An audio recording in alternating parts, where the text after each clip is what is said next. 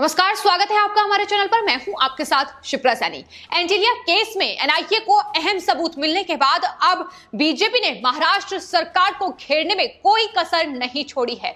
लगातार महाराष्ट्र में बीजेपी के नेता महाराष्ट्र सरकार पर हमलावर नजर आ रहे हैं और बीजेपी नेता राम कदम ने जहां ब्लैक मर्सिडीज कार से काउंटिंग मशीन मिलने के बाद महाराष्ट्र सरकार के खिलाफ मोर्चा खोल दिया है, तो वहीं दूसरी ओर किरीट सोमैया जो कि बीजेपी के नेता है, उन्होंने गृह मंत्री अमित शाह को एक पत्र लिखा है जिसमें उन्होंने मनसुख हिरेन की पत्नी और बच्चों को उचित सुरक्षा प्रदान की जाए, इसकी अनुमति मांगी है, इसका अनुरोध किया है।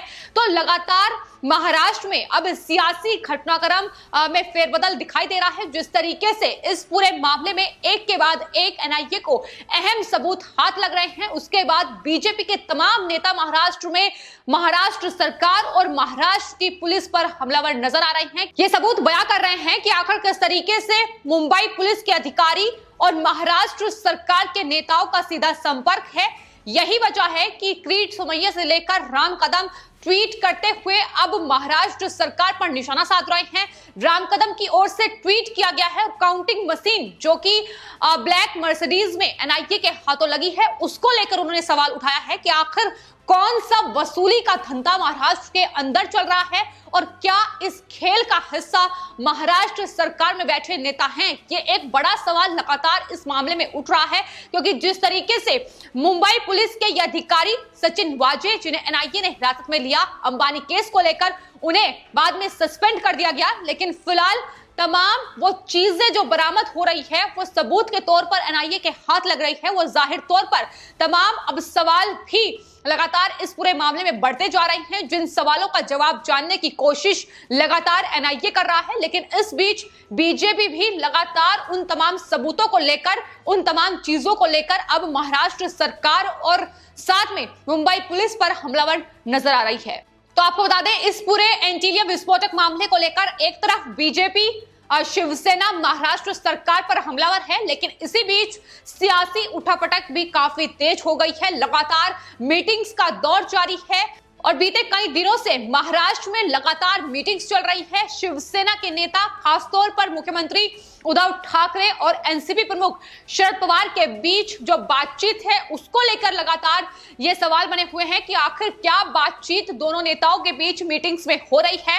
हालांकि आपको बता दें, सरकार को बचाने के लिए ये मीटिंग्स का दौर चल रहा है, क्योंकि जो अब परिस्थिति इस पूरे मामले के सामने आने के बाद महाराष्ट्र सरकार के सामने खड़ी हो गई है, उससे कैसे बचा जाए, कैसे अपनी छवि को सुधारा जाए, किस तरीके से सरकार बचाई जाए, इसको लेकर ही तमाम कोशिशें लगातार जारी हैं। और आपको बता दें, सह्याद्री हाउस में महाविकास आघाड़ी सरकार की एक बैठक हुई है और ये बैठक दरअसल क्या इस बैठक में परमवीर सिंह जो कि मुंबई पुलिस कमिश्नर है उसको लेकर फैसला लिया गया है, या फिर आपको बता दें सचिन वाजे को लेकर जिस तरीके से शिवसेना के साथ उनके सीधे संपर्क की बात सामने आ रही है और उससे कहीं ना कहीं एनसीपी प्रमुख शरद पवार नाराज हैं, ये खबर भी लगातार सामने आ रही है। क्या इसको लेकर कोई बात हुई है?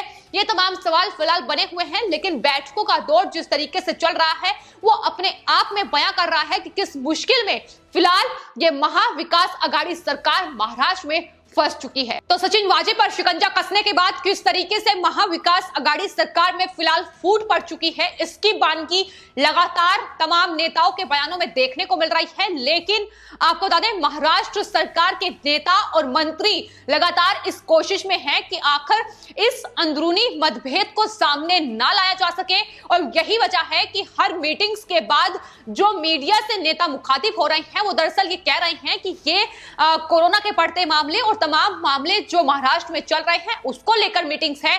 ये सचिन वाजे को लेकर इसमें कोई बातचीत मीटिंग में नहीं हुई है, तो तमाम तरीके से खुद को सेफ रखने की एक कोशिश है। लेकिन ये जो अंदरूनी मतभेद है ये अब सामने आ चुका है। जिस तरीके से महाराष्ट्र के मुख्यमंत्री उद्धव ठाकरे और साथ ही एनसीपी प्रमुख शरद पवार के बीच लगातार मतभेद भी बढ़ते नजर आ रहे हैं।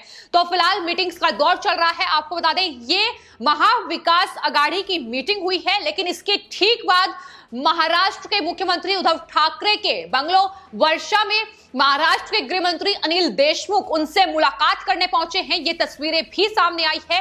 तो राजनीतिक घटनाक्रम बेहद तेज महाराष्ट्र में हो चुका है। एक तरफ बीजेपी जो महाराष्ट्र सरकार, महाविकास आघाड़ी सरकार को इस पूरे केस के सामने आने के बाद गिराने की पुरजोर कोशिश में जुटी हुई है, तमाम पलटवार करती इस पूरे मामले को लेकर नजर आ रही है। लेकिन इस बीच गृह मंत्री अनिल देशमुख, उद्धव ठाकरे से उनकी मुलाकात हुई है और खबर यह भी है कि एनसीपी प्रमुख शरद पवार गृह मंत्री के कामों में शिवसेना के हस्तक्षेप से नाराज दिखाई दे रहे हैं। उन्होंने इसकी शिकायत मुख्यमंत्री उद्धव ठाकरे से की है और साथ ही आपको बता दें, शिवसेना नेता और परिवहन मंत्री अनिल प्रभस के लगातार हस्तक्षेप से गृह मंत्री अनिल देशमुख ने परेशान होकर शरद पवार को शिकायत की है। तो ये तमाम गतिरोध की स्थिति लगातार महाविकास आघाड़ी सरकार में बनी हुई है।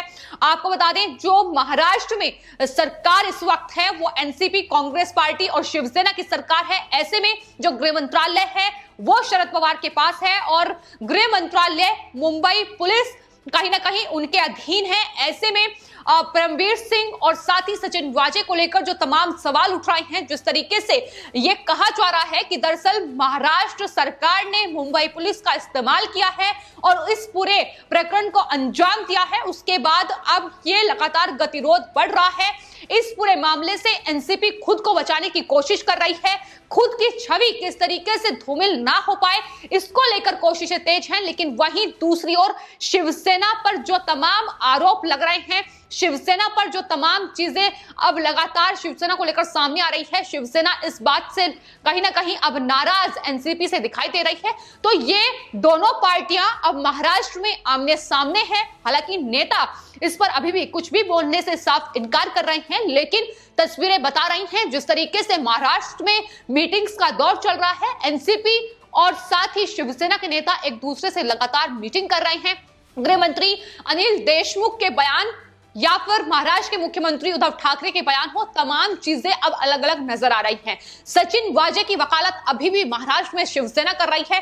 जाहिर तौर पर सचिन वाजे शिवसेना का हिस्सा रहे हैं। ऐसे में संजय राउत से लेकर उद्धव ठाकरे लगातार उन्हें बचाने की कोशिश कर रहे हैं। यही वजह है कि एनसीपी प्रमुख शरद पवार शिवसेना से नाराज चल रहे हैं। ऐसे में सवाल ये उठ रहा है कि दरअसल इस विवादित असिस्टेंट पुलिस इंस्पेक्टर सचिन वाजे को इन महत्वपूर्ण विभागों और केस की जांच में क्यों लगाया गया है, यह सबसे बड़ा सवाल है। आपको बता दें, 2004 में सचिन वाजे को सस्पेंड कर दिया गया था, लेकिन शिवसेना को उन्होंने 2008 में ज्वाइन किया, जिसके बाद एक बार फिर से 2020 में उन्हें नौकरी पर बहाल कर दिया गया। तो ये तमाम चीजें हैं जो इस केस में लगातार सवाल बनी हुई हैं कि आखिर शिवसेना ने इस तरीके से सचिन वाजे को बचाती वो क्यों नजर आई है और साथ ही सचिन वाजे का किस तरीके से इस्तेमाल किया गया है, इसको लेकर भी अब लगातार शिवसेना घिरती नजर आ रही है। लेकिन वहीं दूसरी ओर राम कदम से लेकर किरीट सोमैया और नितेश राणे तक लगातार